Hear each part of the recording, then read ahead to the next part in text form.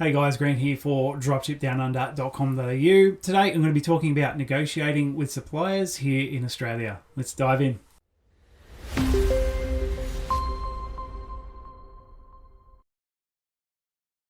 Alright, before we get started, if you do like the video, please give us a big thumbs up. Don't forget to subscribe to the channel if you're not already. And hit those bell notifications too so you don't miss any of our videos, because we do bang them out all week long. We've also got some great free training in the description below, and there's a link there to 2.5 hours or so of great free training on how to dropship successfully here in Australia. Alright, so negotiating with suppliers here in Australia really is different compared to the rest of the world, or even doing it through AliExpress, where you do all that online. And it really does take a bit more finesse to get those suppliers or wholesalers around to your way of thinking. And it's not just as simple as going online and saying, okay, I want to dropship SUPs. So SUP dropshippers, you type that in and a whole heap of SUP dropshippers come up, and you basically pick and choose from that entire list and fill out your store with all of those products. So it's not like that, obviously. And here in Australia, we need to, like I said, bring them around to our way of thinking. Yes, there still are plenty of wholesalers out there that do dropship. And even if they don't dropship, that's when we can bring them around to our way of thinking. So what do I mean by that? Right, so a good example would be if you spoke to a supplier and they said, we traditionally only supply stores with physical locations, so B2B. And we supply them with X amount as a minimum order, and it goes out to that store.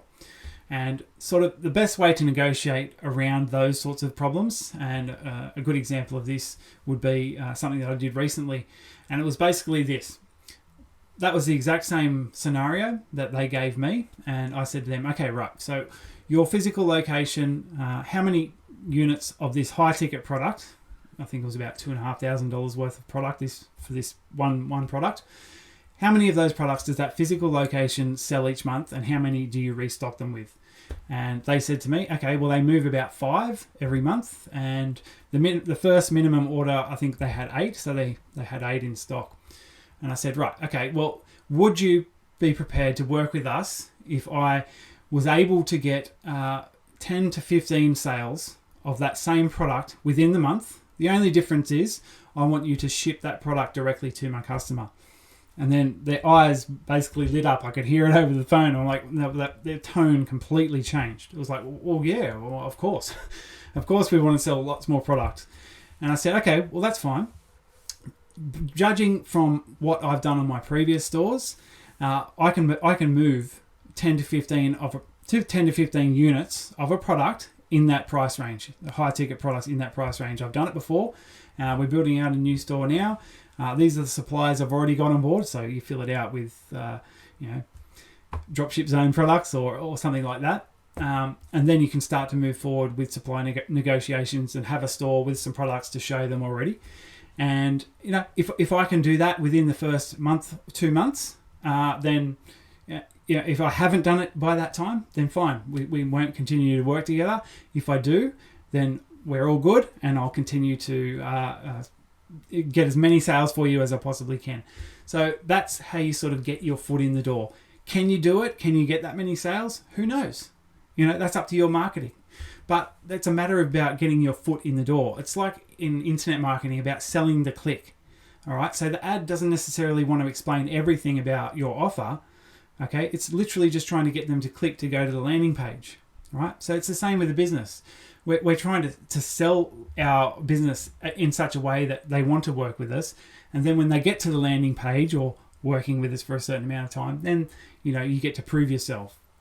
So that's one method to sort of really, change their mind when it comes to having these very traditional notions of only supplying a business with a physical location. Because in actual fact, as an online retailer, you really are in a position to do far more sales than any one physical location. So keep that in mind. When you go into a negotiation, go in confident that you're going to be able to move a lot of their product. All right. So if you don't believe that you can move that much product, okay, how are you going to convince them that you're going to be able to move that much product? You need to be able to believe that you're going to be able to do it. Okay. So confidence. go in with full confidence. Even if you don't know if you can sell that much, it doesn't matter. Okay, you just sell the click. It's my analogy. Get in the door, try and sell that many products. If it doesn't get to the point where you've got that many, that's fine. You might have got a few over the line and they can see, okay, well, this person is going to start making some sales. They may be worth keeping on board. So even if you haven't met that target, that's fine. You might be able to convince them to keep going and stay on longer.